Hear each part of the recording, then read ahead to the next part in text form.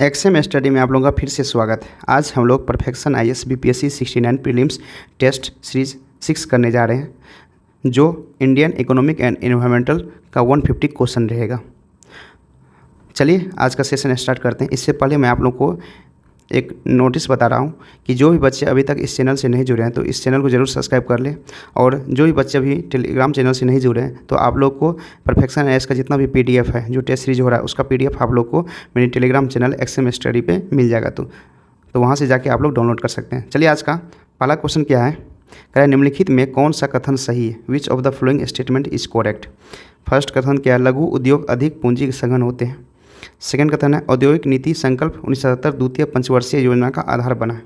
कह रहा है कि statement first, small scale industry are more capital intensive. Statement second क्या है, industrial policy resolution 1977 form the basis of second 5 year plan. तो क्या होगा इसका सही जवाब, ऑप्शन नंबर बी। दोनों मेरा स्टेटमेंट गलत है। इसमें क्या होगा, छोटे पैमाने, फर्स्ट स्टेटमेंट में छोटे पैमाने के उद्योग आमतौर पे अधिक श्रम प्रधान होते हैं, और इसमें क्या होता है 1970 में 1956 हो जाएगा। तो 1956 में द्वितीय पंचवर्षीय के आधार पर बनाया गया था।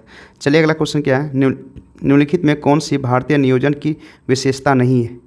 बताइए इनमें से कौन सी भारतीय नियोजन की विशेषता नहीं है। Which of the following is not feature of Indian planning. विकास योजना, सांकेतिक योजना, लोकतांत्रिक योजना, केंद्रीकृत योजना। Development planning, indicative planning, democratic planning और सेंट्रलाइज प्लानिंग। तो याद रखना है केंद्रीकृत प्लानिंग जो होता है मेरा, सेंट्रलाइज प्लानिंग, वो मेरा इंडियन प्लानिंग का फीचर नहीं होता है। नेक्स्ट क्या है, विकास परियोजना में स्थानीय लोगों की भागीदारी को संदर्भित करता है। तो थर्ड का सही क्या होगा, क्या engagement of local people in development project referred to. तो इसका सही जवाब होगा सहभागी विकास, क्या होगा पार्टिसिपेटरी डेवलपमेंट हो जाएगा। चलिए नेक्स्ट क्वेश्चन क्या है, कह रहा है भारत ने WHO के साथ समझौते के तहत तृतीय विश्व के कई देशों को मुफ्त में कोविड-19 के टीके वितरित किए। यह निम्नलिखित में से किस प्रकार का व्यय है। कह रहा है इंडियन डिस्ट्रीब्यूट फ्री कोविड-19 vaccine to many third world countries as an agreement with WHO। Which of the following type of expenditure is. तो किस टाइप की व्यय है, तो याद रखना है कि राजस्व व्यय है। इसको क्या बोलते हैं, राजस्व व्यय, रेवेन्यू एक्सपेंडिचर। नेक्स्ट क्या है, निम्नलिखित में से कौन सा कथन गलत है। फर्स्ट स्टेटमेंट है बचत घाटा राजकोषीय के बराबर है यदि ब्याज भुगतान शून्य है। सेकेंड क्या है, शून्य प्राथमिक घाटा एक राजकोषीय अनुशासन का प्रतिनिधित्व करता है। थर्ड क्या है, राजकोषीय घाटा सरकार की उधारी आवश्यकता के बराबर है। इसमें इंग्लिश में क्या है, which of the following statement is incorrect. Budget deficit is equal to the physical deficit if interest payment are zero. Second क्या है, zero primary deficit represent the physical discipline. Third क्या है, physical deficit is equal to the boarding requirement of government. तो बताना है कि इसमें से कौन सा मेरा स्टेटमेंट सही है। तो याद रखना कि स्टेटमेंट तीनों मेरा सही है, ऑप्शन नंबर ए इसका सही जवाब हो जाएगा। नेक्स्ट क्वेश्चन क्या है, अति मुद्रास्फीति की स्थिति में सरकार को अपनाना चाहिए।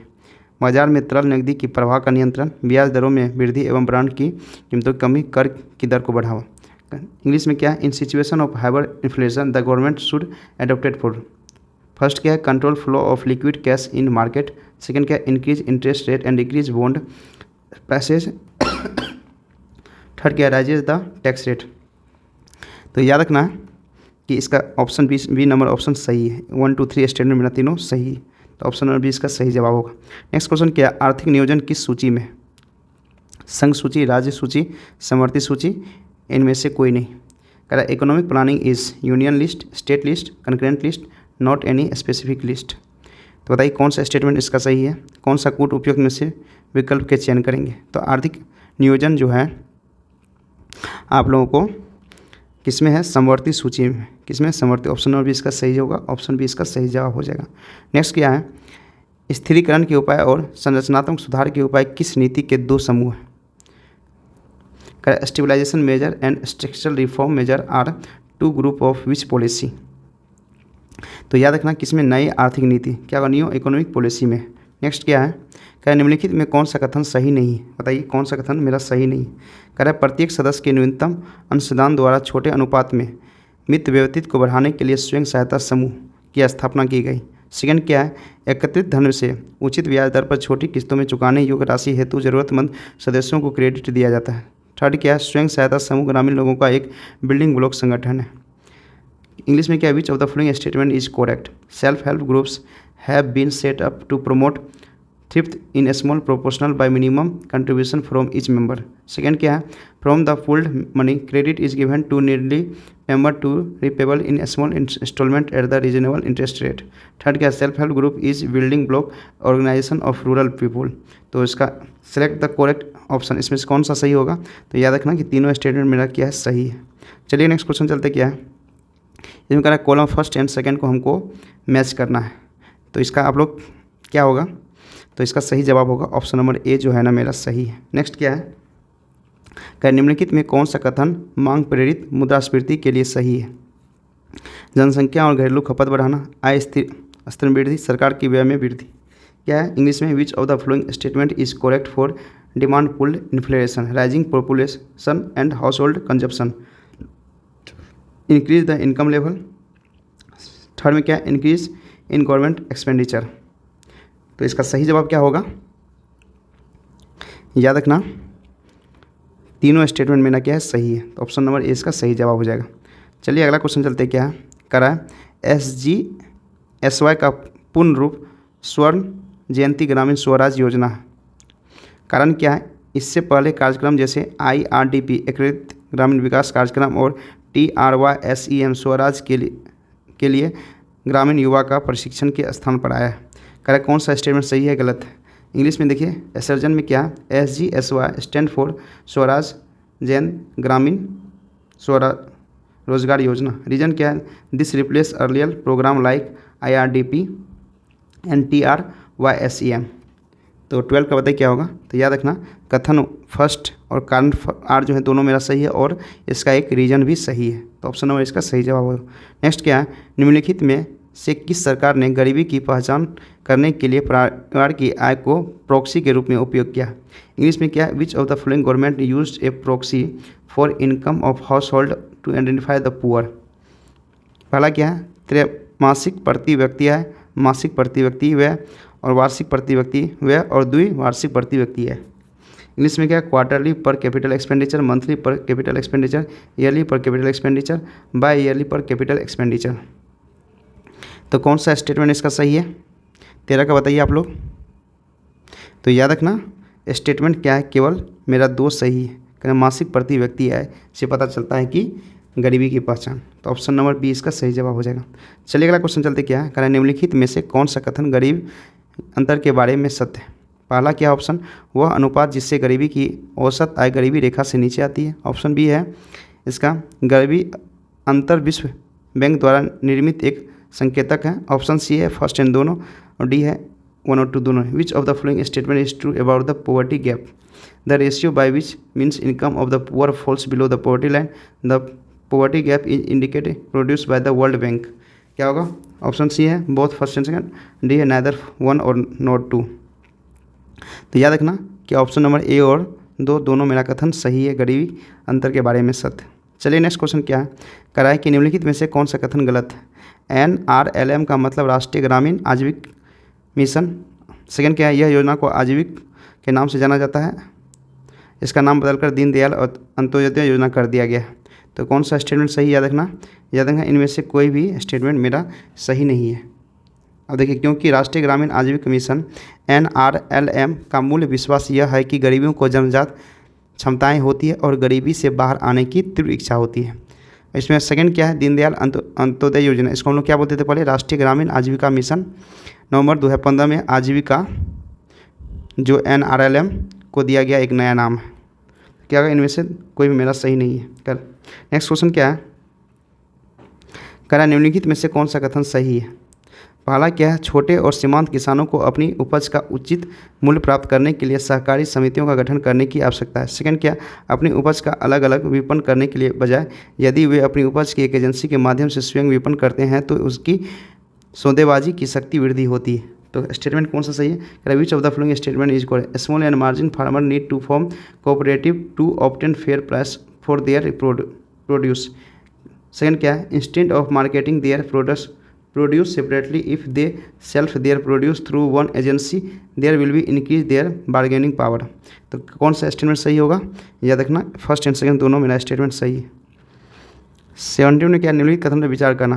पहला ऑप्शन है स्वतंत्रता के बाद भारत द्वारा मिश्रित अर्थव्यवस्था के ढांचे को अपनाया गया जिससे पूंजीवादी अर्थव्यवस्था की विशेषताओं के साथ समाजवादी अर्थव्यवस्था की विशेषता भी शामिल थी। सेकंड क्या भारत द्वारा 1991 में नई आर्थिक नीति की घोषणा की संयुक्त राष्ट्र संघ की शर्तों को मानने के बाद की गई।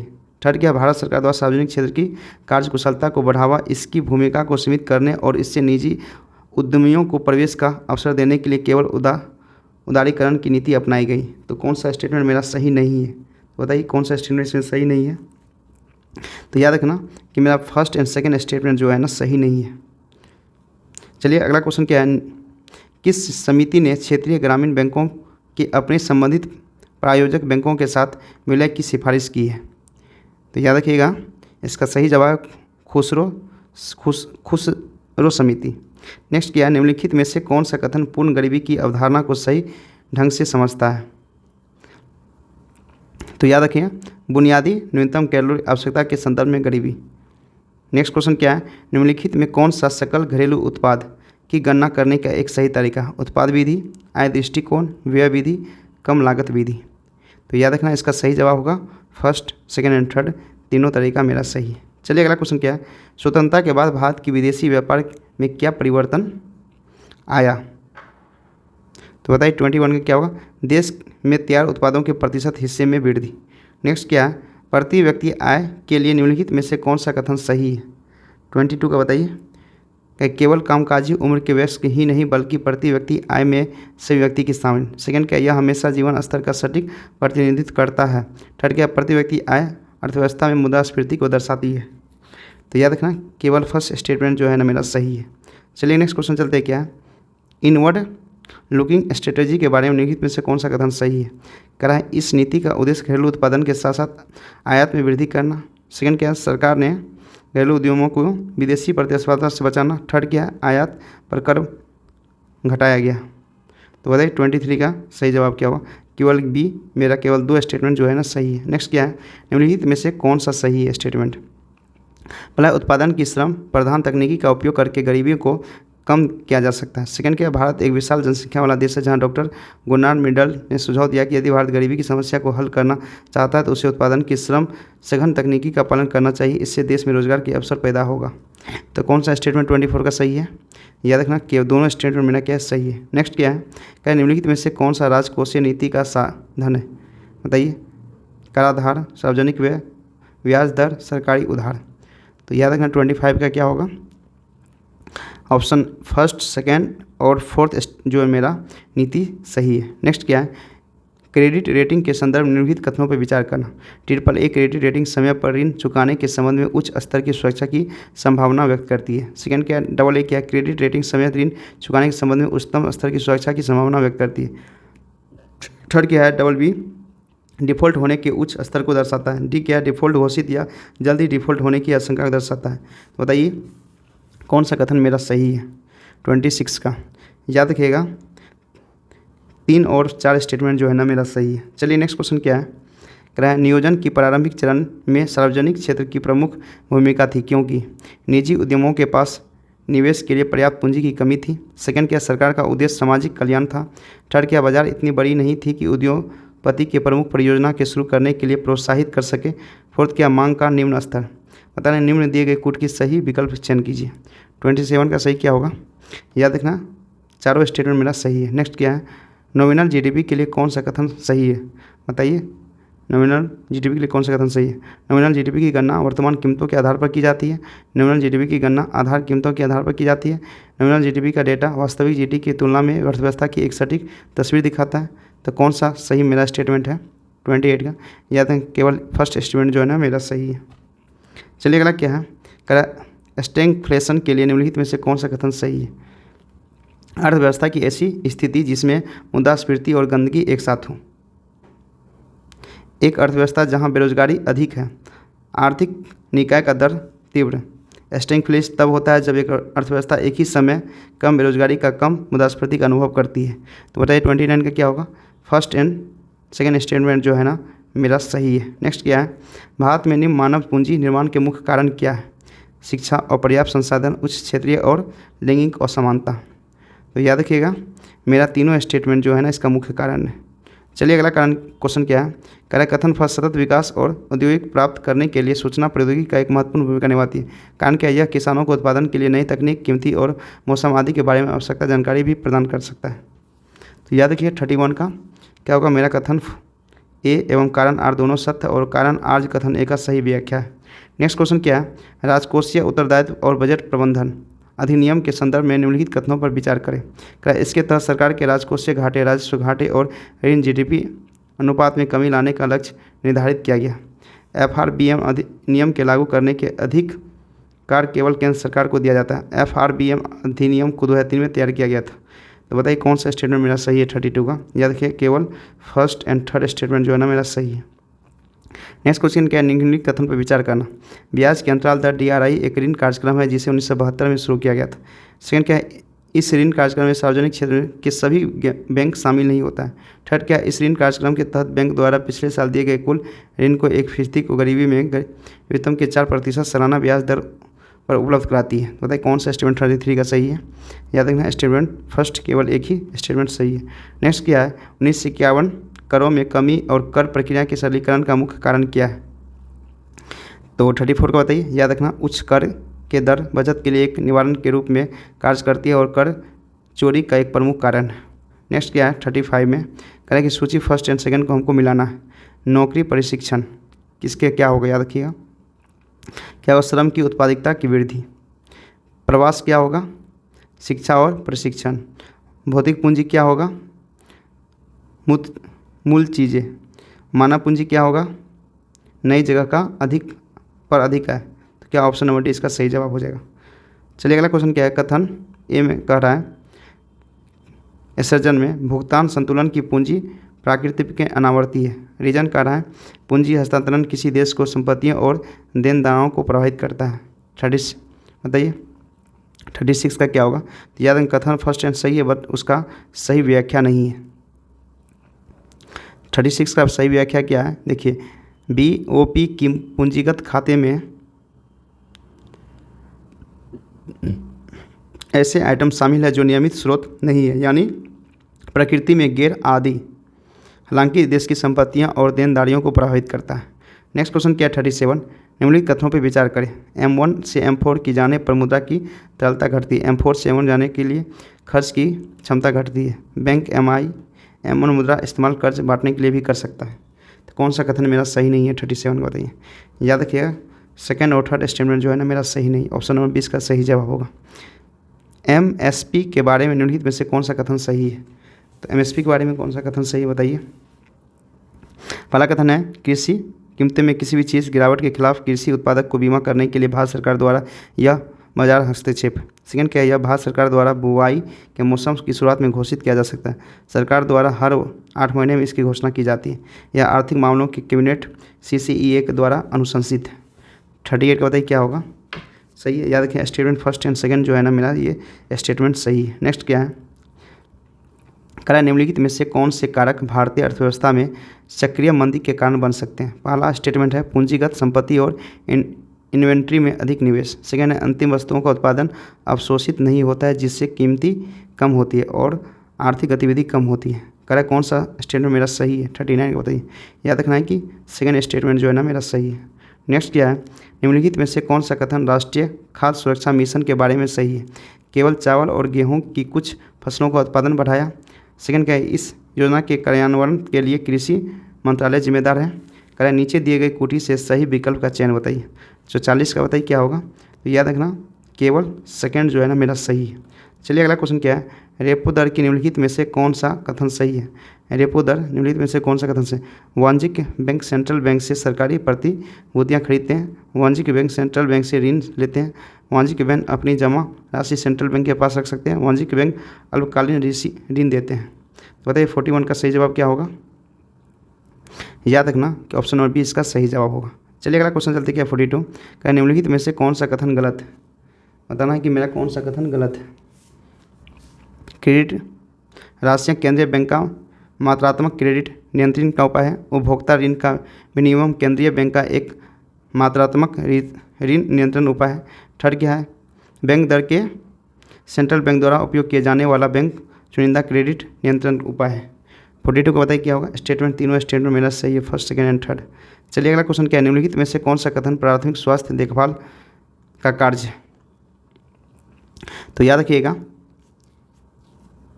43 का सही जवाब होगा 1, 2 और 4 स्टेटमेंट जो है मेरा सही है। मतलब प्राथमिक स्वास्थ्य देखभाल आवश्यकता दवाएं प्रदान कर शामिल है। सेकंड क्या? प्राथमिक स्वास्थ्य देखभाल स्वास्थ्य समस्याओं से संबंधित शिक्षा और जागरूकता फैलाने के शामिल है। और क्या? प्राथमिक स्वास्थ्य देखभाल से उचित पोषण को बढ़ावा देने के शामिल है। ये स्टेटमेंट और ये स्टेटमेंट सही है। चलिए अगला क्वेश्चन क्या है? आरबीआई पर प्रतिबंधों के बारे में निम्नलिखित में से कौन सा कथन सही है? बताइए 44 का। तो याद रखना इसका सही आंसर होगा, चारों स्टेटमेंट मेरा सही है। चलिए नेक्स्ट क्वेश्चन क्या है? कह रहा है सूची, इसको हमको मिलान करना है। तो याद रखना सूची में जो है ना आप लोग को ए का क्या होगा? 2 हो जाएगा, और बी का क्या हो जाएगा आप लोग? 3 हो जाएगा, और सी का क्या 4 होगा, और डी का 1 हो जाएगा। तो ऑप्शन नंबर सी इसका सही जवाब होगा। चलिए अगला क्वेश्चन चलते क्या है? कह रहा है निम्नलिखित में से कौन सा कथन औपनिवेशिक शासन के दौरान भारत की जनसंख्या के प्रोफाइल के संबंध गलत है? बताइए इसमें से कौन सा मेरा सही है जो स्टेटमेंट बोल रहा है 46 का? तो याद रखिएगा स्टेटमेंट 1, 2 और 4 मेरा सही है। चलिए अगला क्वेश्चन क्या है? निम्नलिखित में से कौन सा कथन भारतीय आर्थिक नियोजन के संदर्भ में सही है 47 का? तो याद रखिएगा 47 का सही जवाब होगा, ऑप्शन नंबर ए इसका सही जवाब होगा। चलिए अगला क्वेश्चन क्या है? क्या सकल घरेलू उत्पाद के बारे में निम्नलिखित में से कौन सा कथन सही है? तो 48 का बताइए क्या होगा? याद रखना ऑप्शन नंबर ए इसका सही जवाब होगा 48 का। 49 का चलिए क्या है? केनियन अर्थव्यवस्था के बारे में निम्नलिखित में से कौन सा कथन सही है? तो बताइए 49 का क्या होगा? याद रखना कि option number statement first, second और थर्ड क्या है मेरा सही, तीनों स्टेटमेंट से सही। नेक्स्ट क्या? लॉरेंस वक्र निम्नलिखित में किससे संबंधित है? बताइए लॉरेंस वक्र निम्नलिखित कौन सा संबंध है? तो याद रखना स्टेटमेंट 2, 3 एंड 4 मेरा जो भी स्टेटमेंट तीनों सही है। चलिए नेक्स्ट क्या है? ग्रेसम का नियम संबंधित है। बताइए ग्रेसम का नियम किससे संबंधित है? पैसे का परिसंचरण से। नेक्स्ट क्या है? निम्न में से किस अर्थव्यवस्था को अर्थशास्त्र का जनक कहा जाता है? तो 52 का क्या होगा? एडम स्मिथ को हम लोग अर्थशास्त्री को अर्थशास्त्र का जनक कहा जाता है। नेक्स्ट क्या है? क्या निम्नलिखित कथन पर विचार करें। 4 कथन दिया गया, कौन सा कथन मेरा सही है? तो 53 का याद रखिएगा मेरा कथन फर्स्ट, सेकंड और फोर्थ जो है ना सही है। चलिए नेक्स्ट क्या है? दृश्य निर्यात और दृश्य आयात के बीच का अंतर को निम्नलिखित प्रकार परिभाषित किया गया। बताइए 54 का क्या होगा? याद रखना किसको परिभाषित? व्यापार संतुलन से। चलिए नेक्स्ट क्या है? अल्पकालीन सरकारी सुरक्षा पत्र को कहा जाता है।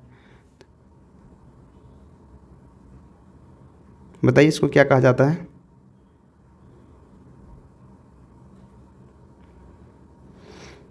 फिफ्टी 54 का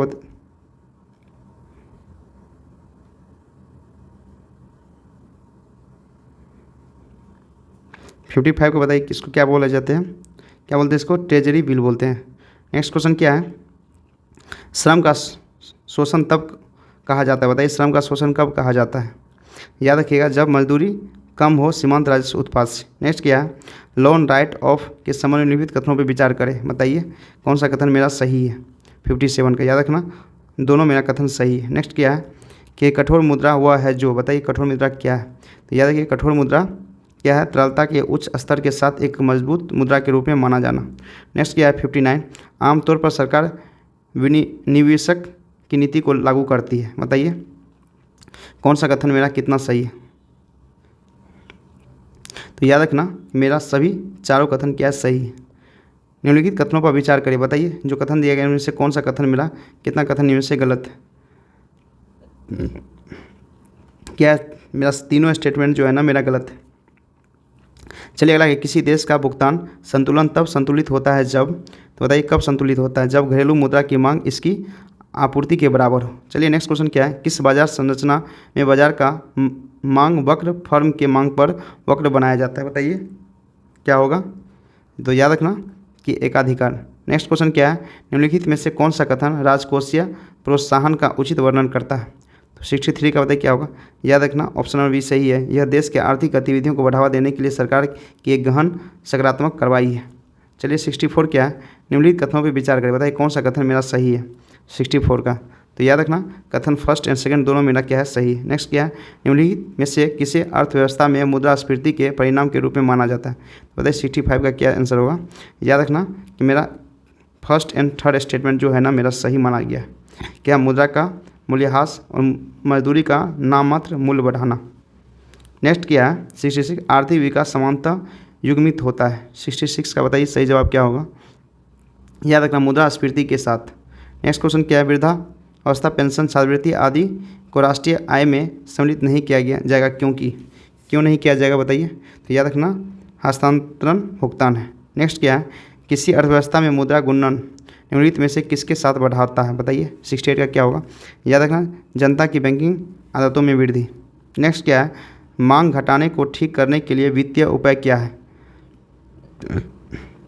क्या होगा, सार्वजनिक व्यय में वृद्धि, करों में कटौती, सार्वजनिक ऋण में कमी, घाटे का वित्तीय पोषण। तो करने वाला टोटल स्टेटमेंट मेरा क्या है सही है। इसका सही जवाब क्या होगा, ऑप्शन नंबर डी हो जाएगा। चलिए अगला क्वेश्चन क्या है, इनमें से कौन सा पूंजी खाता शामिल नहीं है बताइए। तो याद रखना निजी प्रेषण। नेक्स्ट क्या है, निम्नलिखित में से कौन सा प्रत्यक्ष विदेशी निवेशक में शामिल नहीं है। तो याद रखना कौन सा शामिल है, अनिवासी विदेशी जमा। नेक्स्ट क्या है, निम्नलिखित में से कौन सा कारक रुपयों की मजबूती योगदान प्रदान करता है बताइए। 72 का सही जवाब क्या होगा। याद रखना मजबूती विदेशी पूंजी प्रभाव। नेक्स्ट क्या है 73, निम्नलिखित में से कौन सा सरकारी व्यय है।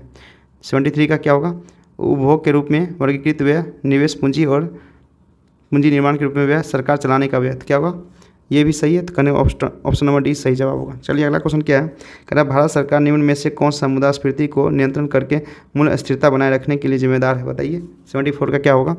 याद रखना भारतीय रिजर्व बैंक। चलिए अगला क्वेश्चन क्या है, कह रहा है निम्नलिखित पर विचार करें बताइए इनमें से कितने मौद्रिक नीति के घटक है। तो याद रखना कि केवल 2 जो है ना मेरा मौद्रिक नीति के घटक है। कौन कौन है, नगद आरक्षित अनुपात और वैधानिक तरलता अनुपात, बैंक दर, रेपो रेट, आरक्षित रेपो रेट, खुले बाजार के संचालक मौद्रिक नीति के घटक है। चलिए अगला क्वेश्चन क्या है, बैंक दर में कमी क्रेडिट की उपलब्धता को कैसे प्रभावित करेगी। तो याद रखना कैसे प्रभावित करेगी, क्रेडिट बढ़ेगा। नेक्स्ट क्या, निम्नलिखित पर विचार करें दोबारा उपरोक्त में से कितने मुद्रा का कार्य है बताइए। 77 का। याद रखें सभी तीनों मेरा है मुद्रा के कार्य। चलिए अगला क्या है, देशों के मध्य दृश्य वस्तुओं के व्यापार को कहा जाता है बताइए, क्या कहा जाता है। याद रखना भुगतान संतुलन कहा जाता है। नेक्स्ट क्या, निम्नलिखित पर विचार कर वृद्धि समानता मुद्रास्फीति नियंत्रण करा है उपरोक्त में से कितने पंचवर्षीय योजना के लक्ष्य थे। याद रखना केवल 2 ही जो मेरा था वो लक्ष्य था। चलिए अगला क्या है, भारतीय रिजर्व बैंक के संबंध में निम्नलिखित कथनों पर विचार करें बताइए। 80 का सही जवाब क्या होगा। याद रखना मेरा तीनों जो है ना स्टेटमेंट सही है। नेक्स्ट क्या है, निम्नलिखित पर विचार करें बताइए। करा IBRD IMF UNO 1990 के दशक में वित्तीय संकट के दौरान भारत को दी गई कितनी उपरोक्त संस्थानों को जमानत ऋण दिया गया है। तो बताइए 81 का क्या होगा। याद रखना केवल 2 को। चलिए नेक्स्ट क्या है, निम्नलिखित पर विचार करें। करा कि 91 के आर्थिक नीतियों के परिणाम के संबंध उपरोक्त कितने कथन सही है। 82 का क्या होगा, केवल 1 कथन जो है मेरा सही है। अगला क्या है, कुल मांग एक महत्वपूर्ण आर्थिक संकेतक है, इनमें से किसके द्वारा बढ़ाया गया है बताइए, किसके द्वारा बढ़ाया गया 83 का। तो याद रखिएगा केवल 1 के द्वारा बढ़ाया गया। चलिए अगला क्या है, निम्नलिखित विचारों पे विचार कीजिए। करा है कि निम्नलिखित में से किसे मानव पूंजी का स्रोत माना जाता है बताइए। स्वास्थ्य, शिक्षा, प्रशिक्षण। तो याद रखना किसको कहा जाता है, तीनों को बोला जाता है। चलिए अगला क्वेश्चन क्या है, एक कोऑपरेटिव प्राथमिक बाजार में पूंजी किसके द्वारा जुटा सकते हैं बताइए। Income, public office offer, right issue और प्राइवेट प्लेसमेंट। करा सही उत्तर कूट का चयन करें। 85 का क्या होगा। याद रखना तीनों स्टेटमेंट जो है मेरा सही है। अगला क्या है, निम्नलिखित पर विचार करें। जैव विविधता संरक्षण, खाद्य पदार्थों में अधिक पोषण, निवेश पर उच्च प्रतिफल। करा उपरोक्त में से कितने जैविक खेती के लाभ है। तो बताइए 86 का क्या होगा। याद रखना क्या होगा, सभी मेरा तीनों हो जाएगा। चलिए अगला क्या है, निम्नलिखित कथनों पर विचार करें। बताना है तीन स्टेटमेंट है, तीनों स्टेटमेंट कौन सा स्टेटमेंट मेरा सही है। तो याद रखना मेरा first statement and second statement क्या है सही है। अगला क्या है, कह रहा है भारत सरकार द्वारा निर्धारणता निवारण हेतु कई योजनाएं बनाई गई, जिनमें से कुछ योजनाएं निम्नलिखित है। काम के बदले अनाज कार्यक्रम, प्रधानमंत्री रोजगार योजना, ग्रामीण रोजगार सृजन योजना, मनरेगा। तो बताइए 88 का क्या होगा? तो याद रखना अनुक्रम सबसे पहले कौन आया था? प्रधानमंत्री रोजगार योजना आया था, उसके बाद कौन आया था? ग्रामीण रोजगार सृजन योजना, उसके बाद काम के बदले अनाज, उसके बाद मनरेगा। तो ऑप्शन नंबर डी इसका सही जवाब हो जाएगा। चलिए अगला क्वेश्चन क्या है? निम्नलिखित में से विचार करें, बताना है कौन सा स्टेटमेंट मेरा सही है 89 का। तो याद रखिए 2 स्टेटमेंट एंड 3 स्टेटमेंट क्या है मेरा सही। चलिए अगला क्या है कि हमको फर्स्ट सूची एंड सेकेंड को मिलान कराना है 90 का। तो याद रखना 1 का क्या होगा? 4 हो जाएगा। राष्ट्रीय मानव विकास रिपोर्ट नीति आयोग को करते हैं। मानव विकास रिपोर्ट किसको करते हैं? UNDP को करते हैं। वर्ल्ड डेवलपमेंट इंडिकेट्स किसको करते हैं? विश्व बैंक को करते हैं। आर्थिक सर्वेक्षण वित्त मंत्रालय करते हैं। ऑप्शन नंबर 20 का सही जवाब हो जाएगा। चलिए अगला क्वेश्चन क्या है? तनवा नामक परियोजना के संदर्भ में कौन सा कथन सही है? तो याद रखिए कौन सा कथन सही है? फर्स्ट, तमिलनाडु में महिलाओं को नवीनतम कृषि तकनीकी का प्रशिक्षण देने के लिए। नेक्स्ट क्या? किसानों को भूमि नीति निम्नलिखित में से किस विचारधारा का पर आधारित है? बताइए किस विचारधारा पर आधारित है? याद रखना किसानों को भूमि का स्वामी बना दिया जाए। 93 का निम्नलिखित अंतर्राष्ट्रीय संगठन पर विचार करिए। कराए कि उपयुक्त अंतर्राष्ट्रीय संगठन में से भारत किसका सदस्य है? बताइए 93 का क्या होगा? याद रखना सार्क और G20 का सदस्य है। तो ऑप्शन नंबर 20 का सही जवाब हो जाएगा। चलिए अगला क्वेश्चन क्या? अर्थव्यवस्था में पूंजीगत वस्तुओं में नए योग का माप निवेश अथवा नई पूंजी रचना के द्वारा होता है, जिसे अभिव्यक्ति दिया जाता है। तो 94 का सही जवाब क्या होगा? याद रखिएगा निवेश निवल निवेश इक्वल टू सकल निवेश इक्वल टू प्लस माइनस मूल्यांकन। चलिए अगला क्या है? संरचनात्मक बेरोजगारी किसके कारण उत्पन्न होता है? बताइए किसके कारण उत्पन्न होता है? तो याद रखिएगा अपर्याप्त उत्पादन क्षमता। नेक्स्ट क्या है? कुटुंब श्री के संदर्भ में से कौन सा कथन सही है? 96 का याद रखिए कौन सा? ऑप्शन नंबर बी केरल प्रांत के महिलाओं की ओर उन्मुख एक निर्भरता निवारण समुदाय विकास कार्यक्रम। नेक्स्ट क्या है? 97 सांसद आदर्श ग्राम योजना के संदर्भ में कौन सा कथन पर विचार करें?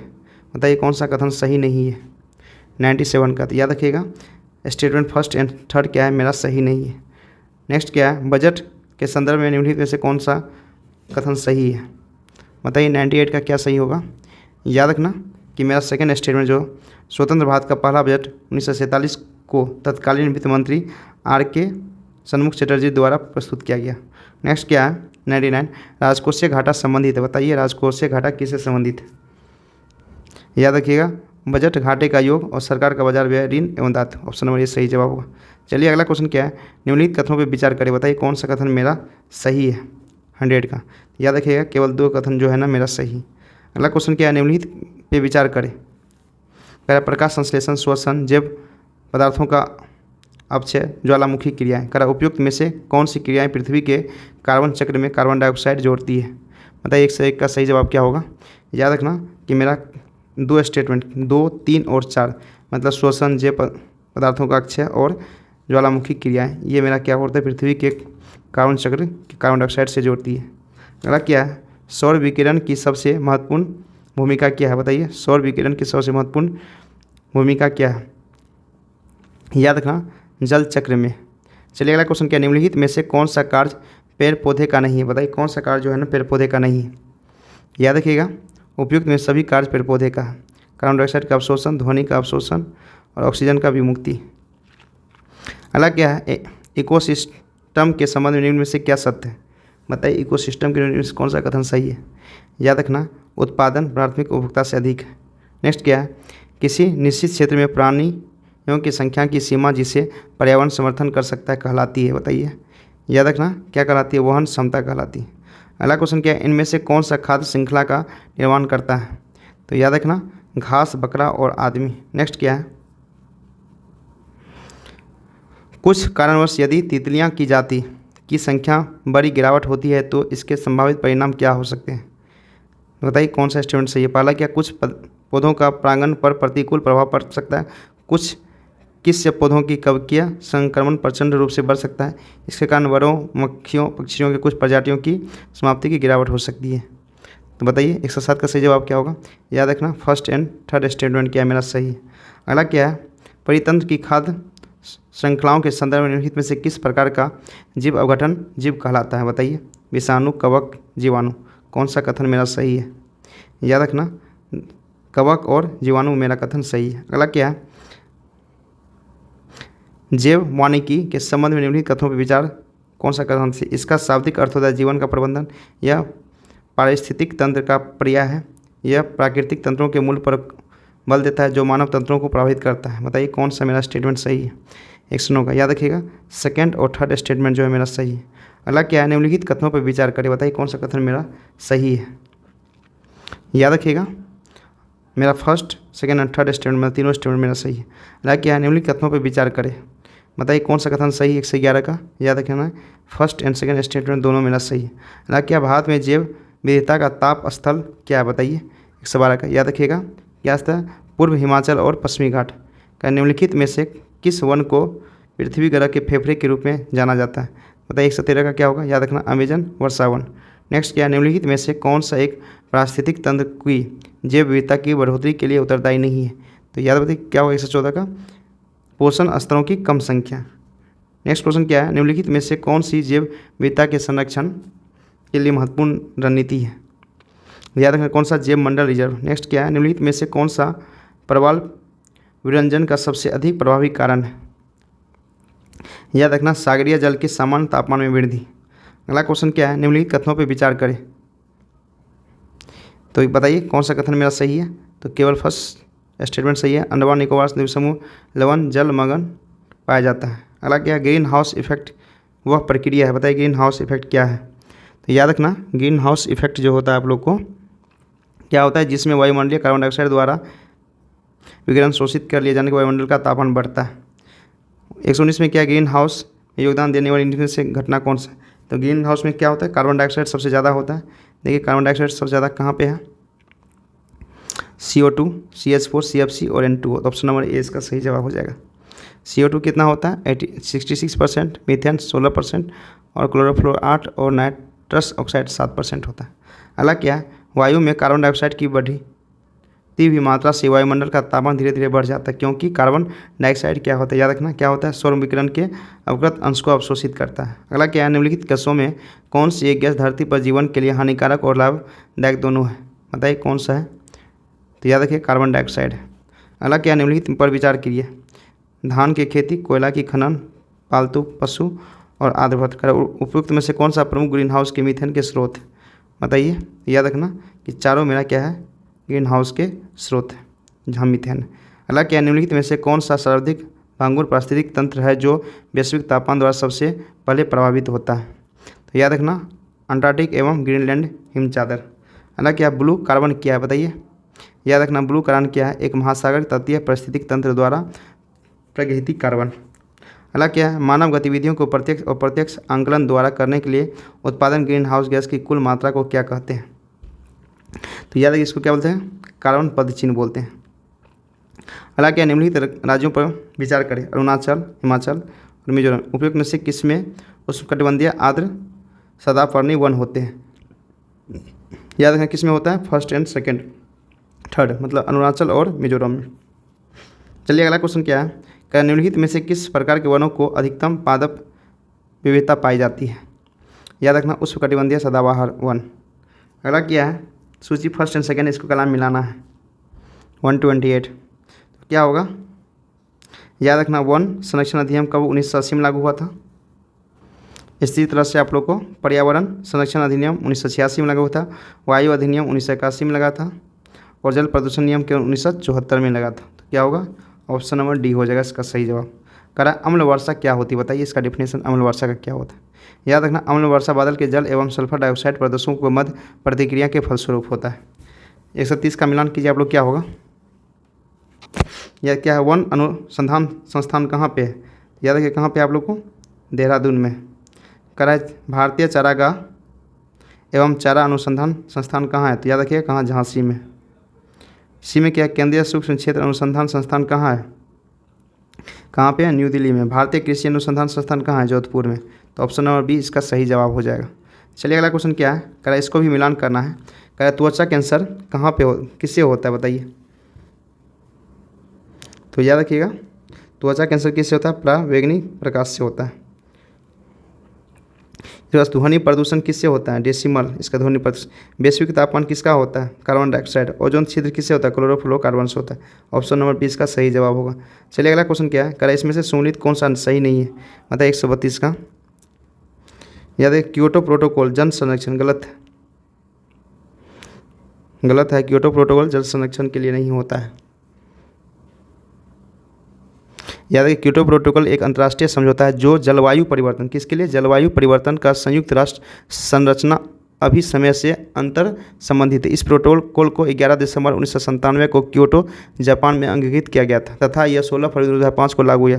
यह प्रोटोकॉल वैश्विक तापमान में योगदान देने वाली गैसों को उत्सर्जित कमी लाने हेतु लक्षित है। तो क्या होगा? इसका सही आंसर हो जाएगा ऑप्शन नंबर कौन सा सुमेलित नहीं है? क्योटो प्रोटोकॉल जल संरक्षण। ये क्या होगा आप लोग को? जलवायु परिवर्तन के लिए होगा। चलिए अगला क्या है? जलवायु कार्रवाई ट्रैकर जो विभिन्न देशों के उत्सर्जन उपचय के लिए दिए गए वचनों के निगरानी करता है। तो बताइए 133 क्या होगा? अनुसंधान संगठनों के गठन द्वारा निर्मित डेसिबल। अगला क्या है कि हमको इसको मिलाना है 134। तो उष्णकटिबंधीय है तो क्या इसको क्या बोलते हैं? साइलेंट वैली बोलते हैं। शंकुवन वन इसका क्या है? हिमाचल प्रदेश। कच्छ वनस्पति कहाँ है? सुंदरवन में। पतझड़ वन कहाँ है आप लोग को? राजस्थान में। तो ऑप्शन नंबर डी इसका सही जवाब हो जाएगा। चलिए अगला क्वेश्चन क्या है? बीटी कपास नहीं है। बताइए बीटी किसका कपास नहीं है? याद रखना सभी कीटनाशकों के लिए प्रतिरोधी। अगला क्या है? प्राकृतिक जल में जलीय पौधे और स्फूर्ति टन करने वाले वैसाल की उपद्रव वृद्धि आमतौर पर उच्च सांद्रता की कमी होती है। किसके कारण होता है बताइए? तो याद रखिएगा किसके कारण होता है? फॉस्फोरस के कारण होता है। अगला क्या है? निम्नलिखित युग्मों पर विचार कीजिए। बताइए कौन सा युग्म मेरा सही है? नागरेक, जीवन मंडल रिवर, गारो पहाड़ियाँ, लोकटक झील, बेरल क्षेत्र और नाम दफा राष्ट्रीय उद्यान, डफला पहाड़ियाँ। तो 137 का बताइए क्या होगा? याद रखना कि मेरा केवल फर्स्ट जो है ना ये सही मिलान किया गया। चलिए अगला क्वेश्चन क्या है? क्या निम्नलिखित में से कौन सा नेशनल पार्क इसलिए अनूठा है कि वह प्लवमान वनस्पति से युक्त अनुपम होने के कारण समृद्ध जैव विविधता को बढ़ावा देता है? तो बताइए 138 का क्या होगा? याद रखिएगा केबुल लामजोआ नेशनल पार्क। अगला क्या है? क्षेत्रफल की दृष्टि से निम्नलिखित जैव मंडल रिजर्व का घटता हुआ क्रम क्या कहलाता है? बताइए 139 का क्या होगा? तो याद रखिए मन्नार की खाड़ी, सुंदरबन, पंचमढ़ी और कंचनजंगा। अगला क्या है? भारत के मरु राष्ट्रीय उद्यान निम्नलिखित संदर्भ किससे कथन सही नहीं है? याद रखिएगा स्टेटमेंट फर्स्ट, यह 2 जिलों में स्थित है और यह ग्रेट इंडिया वर्सट के प्राकृतिक आवासों में से एक है। ये गलत है। अगला क्या? असंभोगित 2 प्रजातियों के बीच संबंध जहाँ क्या होगा? जहाँ पे याद रखना है जहाँ पे एक प्रजाति को नुकसान होता है दूसरी को अप्रभावित होता है। अगला क्या है? जंगल में अच्छी तरह से उगने वाली शाकीय पौधे क्या होगा यदि जंगल के बाहर किसी पार्क की प्रत्यारोपित किया जाए? याद होगा इसकी सूक्ष्म जलवायु में परिवर्तन के कारण यह जीवित नहीं रह सकता है। अगला क्या? पारिस्थिति क्रमता है। बताइए याद रखिए समुदाय के भीतर एक प्रजातीय भौतिक स्थिति एवं कार्यात्मक भूमि। नेक्स्ट क्या है? कवक और जीवाणु जैसे अवघटक है। बताइए कवक और जीवाणु के क्या घटक है? याद रखिएगा 2 और 3 मेरा घटक है। 145 जल में प्राथमिक अनुक्रमण के समुदाय का क्रम क्या है? क्या अनुक्रम है? ऑप्शन नंबर डी होगा। अगला क्या है? गैसीय प्रकार के जैव भूमि रासायनिक चक्र के लिए जलसा मौजूद है। तो बताइए क्या मौजूद है जलसा में? याद रखिए वायुमंडल। अगला क्या है? निम्नलिखित में से कौन सी प्राकृतिक पारिस्थितिक तंत्र द्वारा प्रदान की जाने वाली पारिस्थितिक तंत्र सेवा है? बताइए 147 क्या होगा? याद रखिएगा मेरा तीनों जो है ना मेरा पारिस्थितिक तंत्र सेवा है। अगला क्या है? निम्नलिखित में से आपको पीचर प्लांट कहाँ मिलेगा? बताइए पीचर प्लांट कहाँ पे मिलेगा? याद रखिए कहाँ पे मिलेगा? उत्तर पूर्व भारत के वनों में। नेक्स्ट क्या है? इसको मिलान करना है तो बताइए क्या होगा? डोडो। डोडो क्या होगा? मॉरिशस। इसके बाद क्या है? कुंगा। कुंगा का क्या होगा? कुंगा क्या होगा? अफ्रीका। थाईलेसीन। थाईलेसीन का क्या होगा? ऑस्ट्रेलिया। स्टेलर की समुद्री गाय क्या होगा? रूस होगा। ऑप्शन नंबर डी इसका सही जवाब। और लास्ट क्वेश्चन क्या है? निम्नलिखित वर्णित पारिस्थितिक तंत्र में से अधिकतम जैविक विविधता कहाँ पाई जाती है? बताइए किस जगह पाई जाती है? याद रखें प्रवाल भितिया में पाई जाती है। तो आज का टेस्ट यहीं 150 क्वेश्चन आज का टेस्ट यहीं समाप्त होता है और कल मैं आप लोगों को टेस्ट नंबर 7 लेके आऊँगा।